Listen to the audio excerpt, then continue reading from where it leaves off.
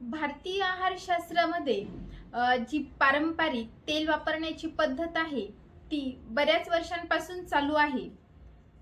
भले ते भाजीमध्ये तेल वापरणं असो किंवा तळणीचे पदार्थ असो, आपण पूर्वापार तेलाचा वापर हा करत आलो आहे. तर आजच्या व्हिडिओमध्ये आपण कोणते तेल वापरावं, कोणतं तेल आपल्या आरोग्यासाठी हितकर आहे, कोणतं तेल अहितकर आहे, तसेच कोणतं तेल आपण रोजच्या जेवणामध्ये आपल्या रोजच्या आहारामध्ये सेवन करू शकतो याबद्दल मी माहिती सांगणार आहे. तेव्हा व्हिडिओ शेवटपर्यंत नक्की पहा. नमस्कार, मी डॉक्टर सविता लांजेवार. माझ्या डॉक्टर सविता व्लॉगमध्ये तुम्हा सर्वांचं पुन्हा एकदा स्वागत आहे. आपल्या शरीराला जसं की कार्बोहायड्रेट, प्रोटीन्स, विटॅमिन्स या सर्वांची गरज असते, तसेच आपल्या शरीराला फॅटची जी आपण आपल्या भाज्यांमध्ये जे तेल टाकतो त्याद्वारे आपल्याला मिळतं, तर त्या फॅटची सुद्धा गरज असते. तर बरेच जण डाएटच्या नावाखाली तेल कमी खातात किंवा अजिबात तेल खात नाही, ते सुद्धा अयोग्यच आहे. बाजारामध्ये जे तेल मिळतं ते 3 प्रकारचं असतं, जसं की रिफाइंड ऑइल, फिल्टर ऑइल, तसेच कोल्ड प्रेस्ड म्हणजे आपलं पारंपरिक लाकडी घाण्याचं तेल. आजकाल लाकडी घाण्याचं तेल मिळणं हे एवढं इझी राहिलं नाही, त्यामुळे बरेच जण रिफाइंड ऑइल किंवा फिल्टर ऑइल वापरतात. तर ह्या तिन्ही प्रकारांमध्ये नेमका काय फरक आहे? जे रिफाइंड ऑइल आहे ते जेव्हा तयार होतं तेव्हा ते बऱ्याचशा केमिकल प्रोसेसमधून जातं, ते वारंवार गरम केलं जातं, त्यामुळे त्याच्यामधले जे न्यूट्रिएंट्स आहेत त्याची व्हॅल्यू ही कमी होते. आणि त्या मानाने फिल्टर ऑइलचे जे न्यूट्रिएंट्स आहे त्या मानाने ते थोडेफार असतात. आणि जे कोल्ड प्रेस लाकडी घाण्याचं तेल असतं त्याच्यामध्ये बरेचसे न्यूट्रिएंट्स हे साबूत ठेवले जातात, त्यामुळे लाकडी घाण्याचं तेल वापरण्याचा हा सल्ला दिला जातो. परंतु जागोजागी ते अवेलेबल नसल्यामुळे फिल्टर ऑइल तुम्ही वापरलं तरी सुद्धा चालेल. आयुर्वेदामध्ये तेल वर्ग म्हणून बऱ्याचशा तेलांचे वर्णन केले आहे. तेल कशापासून बनतं? तर तेल हे बियांपासून बनतं. आजकाल राईस ब्रॅन म्हणजे जो तांदूळ असतो त्याच्या छिलक्यापासून तेल बनवतात. तर त्याचे जे गुणधर्म आहेत ते तैलबियांपासून बनलेल्या गुणधर्मासारखे नाहीत. त्यामुळे आपण जे तैलबिया असतात त्याच्यापासून जे तेल बनलेलं असतं, जसं की तीळ तेल, शेंगदाण्याचं तेल, करडईचं तेल यासारखे तेल आपण आपल्या आहारामध्ये सेवन केले पाहिजे. तर सर्वात श्रेष्ठ कोणतं तेल आहे? तर तुम्ही कोणत्या भागामध्ये राहता त्यानुसार कोणतं तेल श्रेष्ठ आहे हे ठरवलं जातं. जर तुम्ही नॉर्थ इंडियामध्ये उत्तर भारतात असेल तर त्या ठिकाणी मोहरी ही भरपूर प्रमाणात पिकली जाते आणि त्या ठिकाणचं वातावरण हे थंड असतं आणि मोहरीचं तेल हे उष्ण असतं, गरम असतं, पचायला गरम असतं. त्यामुळे जर तुम्ही पित्त प्रकृतीचे असाल आणि तुम्ही महाराष्ट्रामध्ये राहत असाल पण मोहरीचे तेल हे गुणकारी आहे असं म्हणून जर रोजच्या आहारामध्ये मोहरीचं तेल सेवन करणार असाल तर तुम्हाला वारंवार पित्ताचा त्रास होऊ शकतो आणि पुढे चालून त्वचा विकार होण्याचे चान्सेस सुद्धा असतात. पण जर उत्तर भारतीय लोकांनी हेच तेल जर यूज डेली बेसिसवर जरी केलं तरी त्यांना ते देशसात्म्य असतं. आणि मोहरीचं तेल हे उष्ण असल्यामुळे कोलेस्ट्रॉल कमी करणं, हार्ट डिसीज, हाय बीपी अशा रुग्णांमध्ये वापरलं तर ते खूप चांगलं आहे. जर तुम्ही दक्षिण भारतात गेलात तर त्या ठिकाणी तुम्हाला कोकोनट ऑइल जास्त प्रमाणामध्ये सहजासहजी अवेलेबल मिळेल. तर ते लोक आपल्या ज्या रोजच्या भाज्या आहेत त्या खोबऱ्याच्या तेलामध्येच बनवतात, तर त्याच्यामुळे ते त्यांच्यासाठी देशसात्म्य आहे. खोबरेल तेल हे गुणाने थंड आहे. पित्त प्रकृतीच्या लोकांनी खोबऱ्याचे तेल आपल्या रोजच्या आहारामध्ये भाजीला फोडणी द्यायला जरी वापरलं तरी सुद्धा ते. कर्नाटकामध्ये सूर्यफूल जास्त प्रमाणात पिकलं जातं, तर त्या लोकांनी जर सूर्यफूल तेल वापरलं तर ते त्यांच्यासाठी आरोग्यदायी ठरेल. आता आपण महाराष्ट्रामध्ये सर्वात जास्त आपल्याला भुईमुगाच्या शेंगा म्हणजे शेंगदाण्याचं तेल, करडईचं तेल, सोयाबीन तेल यासारखे तेल आपल्याला सहजासहजी उपलब्ध होतात आणि आपल्याकडे ह्या सर्वांची शेती सुद्धा केली जाते. त्यामुळे आपण शेंगदाणा तेल, करडई तेल किंवा सोयाबीन, सूर्यफूल तेल यासारख्या तेलांचा वापर करू शकतो. करडईचं तेल हे गरम आहे, त्यामुळे पित्त प्रकृतीच्या लोकांनी थोडंसं काळजीपूर्वकच त्याचा वापर करावा. तसं जर इतर लोक म्हणजे कफ आणि वाताच्या लोकांनी त्याचा जर वापर केला तर जे कोलेस्ट्रॉल आहे किंवा हार्टचे डिसीज असतील, हाय बीपी असतील, अशामध्ये करडईचं तेल सुद्धा खूप उपयुक्त आहे. त्यानंतर शेंगदाणा तेल हे गुणाने अतिस्निग्ध आहे. ते सुद्धा कफ वाढवणारं आहे. शेंगदाणा तेलाचा थोडासा वास येतो, परंतु तो बिअरेबल असतो. तर ते सुद्धा तुम्ही आपल्या रोजच्या आहारामध्ये घेऊ शकता. आयुर्वेदिक संहितामध्ये तीळ तेल हे सर्वात श्रेष्ठ म्हणून सांगितलं आहे. हे जे तीळ तेल आहे ते म्हणजे डोक्यापासून पायापर्यंत सर्वांसाठी उपयुक्त म्हणून आहे. जे आयुर्वेदिक औषधी तेल असतात जसं की महानारायण तेल, महाभृंगराज तेल, तर जी सर्व तेल आहेत ती तीळ तेलाचा वापर करूनच औषधी तेल बनवली जातात.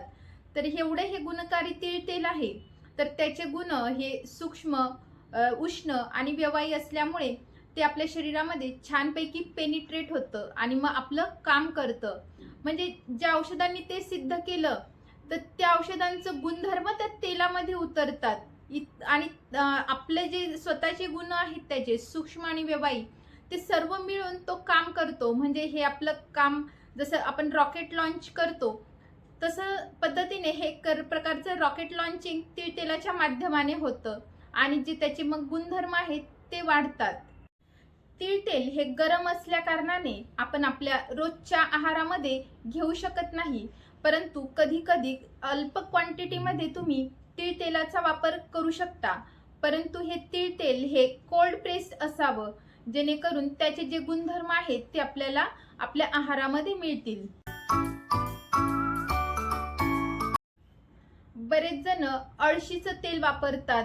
आजकाल अळशीचं तेलाचा सुद्धा बराचसा प्रचार केला जातो, परंतु रोजच्या आहारामध्ये अळशीचं तेल वापरू नये. आयुर्वेदामध्ये सर्वात निकृष्ट म्हणून अळशीचं तेल आणि करडईचं तेल हे दोन्ही तेल सांगितले आहे.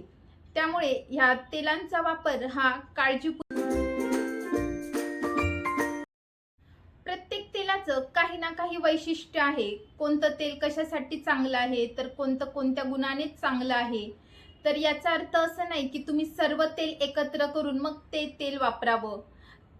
असं न करता एका वेळेस एक तेल वापरावं. समजा आपण ह्या वेळेस शेंगदाणा तेल आणलं आहे तर पुढच्या वेळेस सूर्यफुलाचं तेल आणावं किंवा त्याच्यानंतर मग कधी हिवाळा असेल तर तुम्ही करडईचं तेल सुद्धा हिवाळ्यामध्ये खाऊ शकता, कारण की हिवाळ्यामध्ये आपल्याला उष्णतेची गरज असते. त्यानंतर त्या काळामध्ये तुम्ही तीळ सुद्धा खाऊ शकता. तर अशा प्रकारे आपलं जे तेल आहे ते थोडंसं अल्टरनेट करून वापर करावा, जेणेकरून सर्व तेलांचे जे गुण आहेत ते आपल्या शरीराला मिळतील. आजकाल ऑलिव्ह ऑइल सुद्धा बऱ्याच प्रमाणामध्ये बघितलं जातं. तर आपल्याकडे शेंगदाणा तेल जर 200 रुपयाला मिळत असेल पर लिटर, तर 1000 रुपये पर लिटरचं ऑलिव्ह ऑइल का वापरावं? ते आपल्याकडे पिकतं का?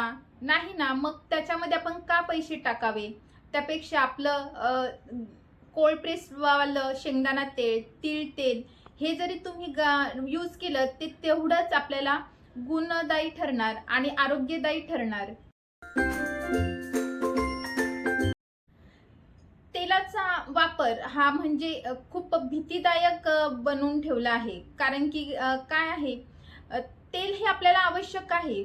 प्रत्येक व्यक्तीला रोजच्या आहारामध्ये 15 ते 20 ml एवढं तेल आपल्या आहारामध्ये असलंच पाहिजे.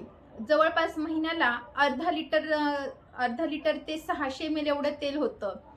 तर तेवढं तेल खाणं हे अपेक्षित आहे. जर त्यापेक्षा जास्त होत असेल तर ते आपण स्टॉप केलं पाहिजे. तर कसं स्टॉप करावं? आपण तळणीचे पदार्थ कमी करावेत किंवा बाहेरचे जे पॅकेटचे फूड असतात त्याच्यामध्ये सहसा पाम ऑइल वापरलं जातं. तर सगळ्यात विषदायी म्हणजे पाम ऑइल.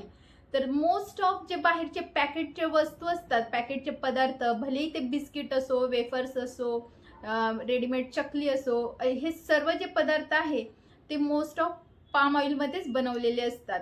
त्याच्यावर लिहिलेलं सुद्धा असतं. तर असे पदार्थ खाणे टाळावे. अजून जर तेलाचा कमीत कमी तुम्हाला वापर करायचा असेल तर फोडणीच्या वेळेस आपल्या घरात किती व्यक्ती आहेत, जर 4 व्यक्ती असेल तर त्यानुसार आपण आपला फोडणीला तेवढं तेल टाकावं. आणि त्यानंतर जर तळणीचे पदार्थ तुम्हाला ते एखाद्या दिवशी बनवायचं असेल सणावाराच्या निमित्ताने, तर तेव्हा तुम्ही रिफाईंड तेल वापरू शकतात. कारण की जे कोल्ड प्रेस ऑइल आहे त्याचा जो स्मोक व्हॅल्यू असतो तो थोडासा कमी असतो. त्याच्यामुळे त्याच्यामध्ये तळणीचे पदार्थ आपण नाही काढू शकत. किंवा जर फिल्टर ऑइल जरी वापरलं तरी सुद्धा चालतं. तर तुम्हाला किती तळणीचे पदार्थ काढायचे आहेत त्यानुसार तुम्ही आपल्याकडे कढई ठेवा, म्हणजे जेणेकरून त्या तेलाचा वापर हा वारंवार होणार नाही. एकदा वापरलेलं तेल सहसा म्हणजे वापरूच नका. जे आपण बाहेरचे पदार्थ खातो ते लोक काय करतात की वारंवार त्याच तेलामध्ये दुसरं तेल ऍड करून तेच तेच तेच ते तळत असतात. आणि जे ते तेल आहे ते आपल्या कोलेस्ट्रॉल वाढवण्यास कारणीभूत ठरतं. तर म्हणूनच आपल्याला आज इतके तळणीचे पदार्थ काढायचे 4 लोकांसाठी, त्यानुसार आपली जी कढई आहे ती ठेवा. जास्त तळणीचे पदार्थ काढायचे आहे तर त्यानुसार आपल्या कढईची साईज ठेवा, जेणेकरून आपलं तेल वेस्ट जाणार नाही आणि तेवढ्या तेलामध्ये आपलं जे तळणीचं सामान आहे ते तळलं जाईल. व्हिडिओच्या पुढे आपण प्रत्येक तेलाची काय काय गुणधर्म आहेत ते बघूयात. तीळ तेलाचे गुणधर्म मी आधीच सांगितले आहे. तीळ तेल हे शरीर संतुलित ठेवते, स्नेहनाचं काम चांगल्यापैकी करते. स्वयंपाकासाठी तसेच वरतून खाण्यासाठी सुद्धा तीळ तेल हे उत्तम आहे. तळण्यासाठी मात्र तीळ तेलाचा वापर करू नये. तीळ तेल सहसा लवकर खराब होत नाही. तीळ तेलाने हाडे मजबूत होतात, रक्तदाब नियंत्रणात राहतो. तीळ तेलामध्ये ओमेगा 6, व्हिटॅमिन ई, व्हिटॅमिन क, व्हिटॅमिन B6 हे जीवनसत्वे असतात. वृद्ध लोकांमध्ये आतडे हे वृक्ष होतात, त्यामुळे त्यांना जी शौच असती रोजच्या रोज होत नाही किंवा कडक होते. जो मल आहे तो बांधून होतो एकदम. त्याचे जे मळाचे जे आहे त्या गाठी बनतात. तर अशा वेळी तुम्ही तीळ तेल थोडंसं कोमट करून किंवा कोमट पाण्यात टाकून तसं घेतल्याने पूर्ण आपल्या आतड्यांचं स्नेहन होतं. तर तीळ तेल इतकं स्निग्ध आहे की ते लवकर आपल्या शरीरामध्ये स्निग्धता देतं. परंतु तीळ तेल देखील रोजच्या आहारामध्ये आपण अतिप्रमाणामध्ये वापर करू शकत नाही. कारण की जर ते अतिप्रमाणात वापर केलं तर त्याच्यामुळे त्वचा विकार होण्याची चान्सेस देखील असतात. शेंगदाणा तेल हे पदार्थांची रुची वाढवणारे आहे. बऱ्यापैकी आपण चटणी असो, पिठले असो किंवा सॅलड याच्यावरतून सुद्धा शेंगदाणा तेल अगदी मस्त लागतं. या तेलामध्ये भरपूर प्रमाणामध्ये जीवनसत्वे मिळतात. शेंगदाण्याच्या तेलामुळे पचन सुधारते. तळणसाठी किंवा फोडणीसाठी सुद्धा शेंगदाण्याचं तेल उत्तम आहे. शेंगदाणा तेलामुळे गुड कोलेस्ट्रॉल वाढते आणि बॅड कोलेस्ट्रॉल कमी होते. सूर्यफूल तेलाचा थोडासा उग्र वास येतो. हे तेल हाडांसाठी, संधिवात कमी करण्यासाठी, अस्थमा कमी करण्यासाठी चांगलं मानलं गेलं आहे. कर्करोगाला सुद्धा प्रतिबंध करण्यासाठी उपयुक्त आहे. मोहरीचे तेल, जसं की मी आधी सांगितलं, मोहरीचे तेल हे अतिशय उष्ण आहे, त्यामुळे स्वयंपाकामध्ये याला वापर करू शकतो. परंतु महाराष्ट्रामध्ये रोजच्या आहारामध्ये याचा वापर हा कमीच ठेवावा. यामध्ये ओमेगा 3 असते. कोलेस्ट्रॉल, मधुमेह, उच्च रक्तदाब, कर्करोग या सर्वांना प्रतिबंध करतो. पचनशक्ती सुधारते, शौचाला साफ होते. तसेच या तेलाने मसाज केल्यास अंगदुखी थांबते. स्वयंपाकासाठी म्हणजे फोडणी देण्यासाठी जवसाचा तेलाचा वापर हा सहसा केला जात नाही. तर या जवसाचा तेलाचा वापर चटणीमध्ये किंवा कणिक भिजवताना किंवा चपातीला वरतून लावण्यासाठी केला जातो. या तेलाला थोडासा उग्र वास असतो. हे तेल गरम असल्यामुळे हार्ट ब्लॉकेजेस, रक्तातील गुठळ्या कमी करण्यास मदत होते. या तेलामध्ये ओमेगा 3 तसेच बरेचसे व्हिटॅमिन्स असल्यामुळे ऑस्टिओपोरोसिस, ऑस्टिओआर्थरायटिस, अस्थमा, कॅन्सर या सर्वांमध्ये हे तेल गुणकारी समजलं जातं. तरीसुद्धा या तेलाचा वापर हा योग्य प्रमाणातच करावा. करडईचे तेलाचे गुणधर्म मी आधीच सांगितले आहे. डायबिटीज, हाय BP, हृदयरोग यामध्ये त्याचा उपयोग केला जातो. तसेच चरबी करण्यासाठी उपयुक्त आहे. खोबरेल तेलाचा उपयोग अनेक प्रकारे केला जातो. केरळमध्ये स्वयंपाकघरातील शिरा, पोहे, उपमा, भाज्या हे सर्व पदार्थ बनवण्यासाठी केला जातो. तळण्यासाठी सुद्धा याचा वापर केला जातो. अनेक औषधींनी सिद्ध करून खोबरेल तेलाचा वापर हा केसांच्या अनेक समस्यांवर देखील केला जातो. सोयाबीन तेलामुळे हार्ट डिसीज, हाय BP तसेच कोलेस्ट्रॉल यासारखे विकार उद्भवण्याची शक्यता असते. तर अशा प्रकारे आज आपण तेलांबद्दल माहिती घेतली. तेल कुठलंही असो ते योग्य प्रमाणातच आपण खाल्लं पाहिजे. अति सर्वत्र वर्ज्येत. कुठलाही पदार्थ हा कितीही गुणकारी असला तरी त्या पदार्थाचं अतिप्रमाण करू नये. जर तुम्हाला माझा व्हिडिओ आवडला असेल तर व्हिडिओला लाईक करा आणि जर तुम्ही माझ्या चॅनलला सबस्क्राईब नसेल केलं तर चॅनलला सबस्क्राईब करा. थँक्यू.